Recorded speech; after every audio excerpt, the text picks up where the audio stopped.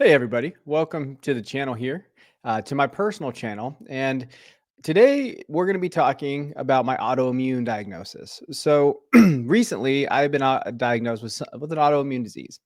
AS is what they call it. And as you get diagnosed with these new things or stuff that happens, the number one thing you do is you Google, right? You Google and you try to find out, all right, what's going to happen to me? What is this? And Google can be your worst friend or your best friend, right?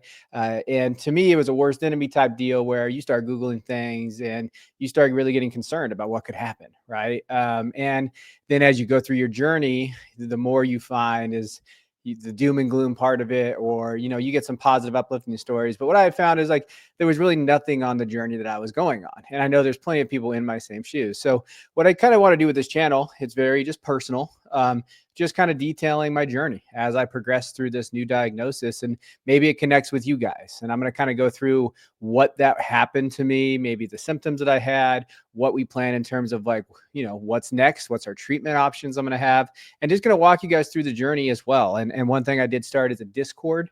You can find that link below in the description. And it's for anybody suffering from maybe these type of health concerns, and where we have just a place that we could talk. I noticed that there were some out there. I don't have Facebook. I don't really do those type of groups. The groups for AS were all across the place. So I just found a Discord that we could all maybe start, and you can hop in and we can kind of talk about that. But let's talk about kind of my journey, and then kind of maybe it can relate to you guys's.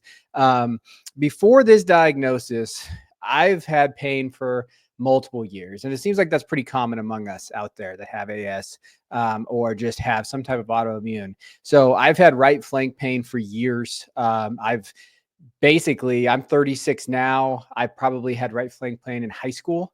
And going to doctors, getting blood work done, but never the right test, and always kind of getting dismissed, right? Oh, you're young. Oh, you probably hurt your back weightlifting. Oh, you've done this, you've done this, you've done this. And that I've had colonoscopies done. About 10 years ago, I had a really bad, what I now know as a flare.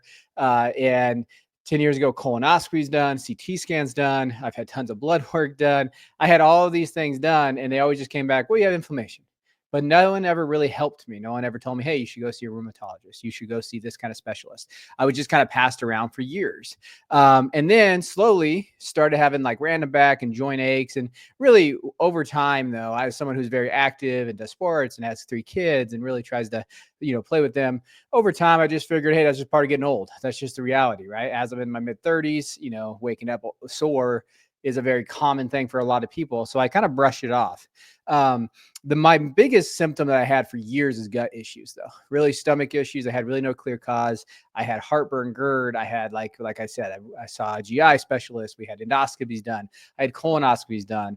I had LPR in terms of like silent GERD. I had all these GERD issues that was going on with me, and they could never diagnose it. And then I also have some eye flare-ups. So I did have some uveitis cases, right? We didn't know what it was, red eye, photophobia, stuff like that. But nothing connected, nothing together. And doctors kind of just threw me around, right? And this is one of those things where I'm not going to blame doctors. They are who they are. They're overworked as well. And I think you have to just advocate for yourself. But as a young person, I didn't do that. And I think if I could maybe get that message out to you guys out there, if you are younger in your 20s, one thing I would definitely share is just advocate for yourself, right? For me, I just said, oh, well, they know best. And I think that really caused me not to be able to get diagnosed fast enough. Now, as far as this, right, the flare that kind of changed everything for me, it happened about a month ago. So, I'm an educator. I was on a plane trip with a bunch of students, and I was having eye issues on like that Monday and Tuesday in my eye. I just thought it was kind of not an infection. I got some steroid drops, so I thought it would be okay. Wednesday comes along, and on my plane ride to my destination, I went blind in my left eye, so I could not see out of it, and I ended up having to go to the emergency room. So I went to the emergency room, and I was there for 14 grueling hours, basically not getting seen. I got seen by a doctor when I walked in. I did not get seen by an ophthalmologist until 10 a.m. the next day. And while that whole time was going, my vision was getting worse and worse and worse. It was probably the worst time of my life, just sitting there, not knowing what's going on. The biggest thing is I kept thinking is like, I'm not going to see my kids again out of this eye. What is happening? I remember just being so stressed of what's not going, like of what not knowing, right? What's going on with me? Why is this happening? And essentially just sitting in that room and being halfway across the country from my family because I was on a trip, you felt very lonely, right? You felt like, hey, where am I? And what am I going to do? And I remember thinking to myself, like, hey, whatever happens here, we got to figure this out. I need to get my eye vision back, but there's something going on and I need to fix it. And so luckily, and I'll say this is I had a great ophthalmologist there. So when I got off the plane, I did search up like hospitals with an ophthalmologist, and this was one of them. And she saved my life probably. So I want to thank her for doing what she did. She basically ran all kinds of labs and tests, and she got me on steroids. I was on steroids basically for 2 weeks. Every hour I had to wake up and put steroids in my left eye. And we'll talk about my vision, whether it's back or not, when we get into it a little bit. But basically that flare up changed everything for me. And this is what kind of came from it. So it came back HLA B27 positive, which they've never done that test before, ANA positive as well. So she tested that. And she basically had uveitis, really, really, really bad case of uveitis, where, she had said if I had waited to come in, because I was actually going to wait to go in the next day, that I probably would have lost my left eye. And so what that led to finally was answers, right? So when I got back, I was able to see a rheumatologist. They got me in. They ran some more labs, and that's where I came back with ANA positive, and then how it all pointed towards AS, right? Ankylosing spondylitis, I think is how you say it.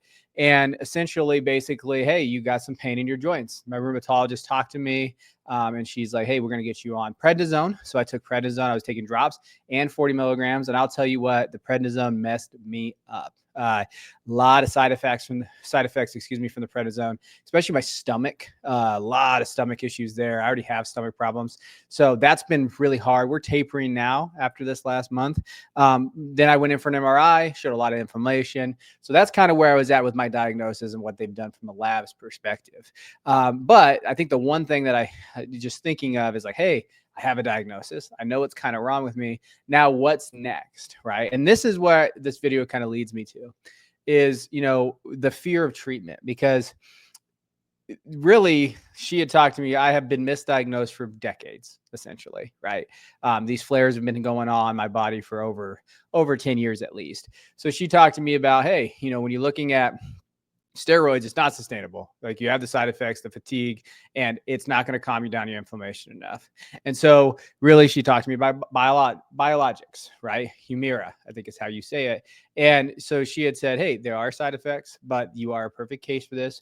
We want to slow down the inflammation. We want to slow this down. So what does any person do that they gets told they're going to be put on medication?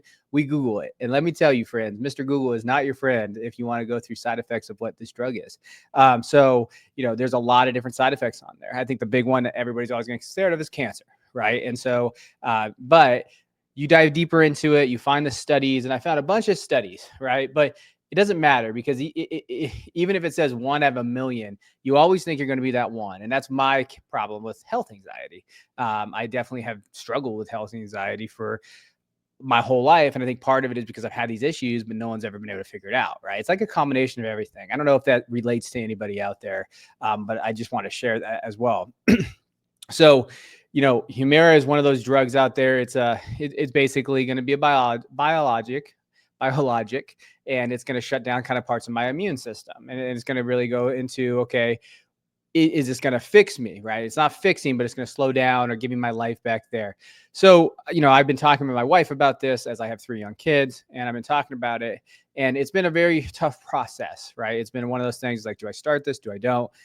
And we both decided, we sat down and, we decided I'm going to go on Humira here and we're going to test it out. And that's one thing about this channel I want is I haven't taken it yet. I'm supposed to get it here this week. And so once I get it, I want to do another video talking about the side effects, talking about anything I have. And I plan on just doing this as part of like a monthly kind of just, hey, check-in for you people out there and for myself to kind of talk about what we're seeing here in terms of this drug so I can maybe help some others like you. But really what convinced me is, one, I don't want to go blind again. As far as my vision right now, I have a doctor's appointment in a couple of weeks, and it's at the last time I was at 2,400 in the hospital in my left eye. The last time I went to the eye doctor about 2 weeks ago, I was at 2070. I would say I'm probably at 20/40 now, but I could have some permanent damage in my left eye from these attacks. And vision is very important to me, as it is to everybody. And if this drug can stop these from happening, then I mean that's a must for me. I got to see my kids. And the chronic pain is one thing. I don't have it as bad as others, but I definitely do have it still in my back, in my joints. You can feel it. So if I can stop long-term damage from happening in chronic pain and try to get some of that part of my life back and make sure that I don't lose my vision, side effects can happen at any point. And the other thing too that I always think about is when you think of AS, when you go through some studies, there's a couple great studies, and if you join the Discord, I'll share them with you. But that I found that basically said, hey, AS patients have no long-term, from the studies that they've done. There's a great UK study that I was diving into that really had no long-term effects that you'd be worried about, right? Like the cancer stuff and the other stuff. Like there's no negligible risk to this. It's basically, hey, millions of people have been on it. There are some that have side effects, but then you just adjust as you go. And so for me, talking to my doctor, talking with my wife, which is the most important thing in the world, and talking to my family is saying, hey, this is going to be the right decision for me. And so, I hope that resonates with maybe you guys out there. If you're on the fence about this, or if you're thinking about it, taking this, is that, moving forward, I want to make sure that going blind, I just think about when I was in that hospital by myself with no family around me, can't see out of my left eye, and all the things that were going through my head. And all I could think about was, I got to get back for my kids, and whatever it takes to not let this happen again, I'm going to find out why. And so, that kind of supersedes some of the fears that I have for that. As far as like just closing thoughts here, I didn't want to go down this path. I didn't know anything about AS until almost like 2 weeks ago. And now all of a sudden I'm researching, I'm diving into it and trying to find out everything about it. But it's so funny because there's a chart that says, here are some AS symptoms. And I'm going through the chart and I was like, holy shit, I got like 10 of those. Of course I had this, but no one listened. Right. And then you get frustrated, but you can't get frustrated. You want to take that negativity out of there. But this is the path I'm going to be fighting now. Right. And if you have it too, I'd love to fight it with you, and kind of go with you on this journey. And if you want to join the Discord below, I'm not getting anything out of this. This is just purely like trying to find a community just to help each other. I don't want anything out of this. I hope this video just helps you a little bit along the way, and kind of helps you go there. And so what's next for this?